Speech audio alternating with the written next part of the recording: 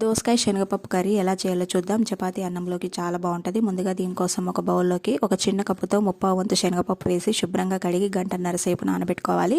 తర్వాత 2 మీడియం సైజులో ఉండే దోసకాయలు తీసుకొని పొట్టు తీసి కట్ చేసి పెట్టుకోవాలి. తర్వాత స్టవ్ పైన కడాయి పెట్టుకొని దీంట్లో 3 టేబుల్ స్పూన్ల ఆయిల్ వేసుకోవాలి. ఆయిల్ కొంచెం వేడైన తర్వాత 1/2 టీ స్పూన్ జీలకర్ర, అలాగే ఒకటి పెద్దది ఉల్లిగడ్డ, కొంచెం కరివేపాకు వేసి ఫ్రై చేసుకోవాలి. ఉల్లిగడ్డ ముక్కలు కొద్దిగా రంగు మారిన తర్వాత దీంట్లో 1/2 టీ స్పూన్ పసుపు, 1 టీ స్పూన్ అల్లం వెల్లుల్లి పేస్ట్ వేసుకొని పచ్చివాసన పోయే వరకు వేయించుకోవాలి. తర్వాత దీంట్లో ఒకటి పెద్దది టమాటా కట్ చేసి వేసుకొని టమాటాను కూడా కొద్దిగా ఉడికించుకోవాలి.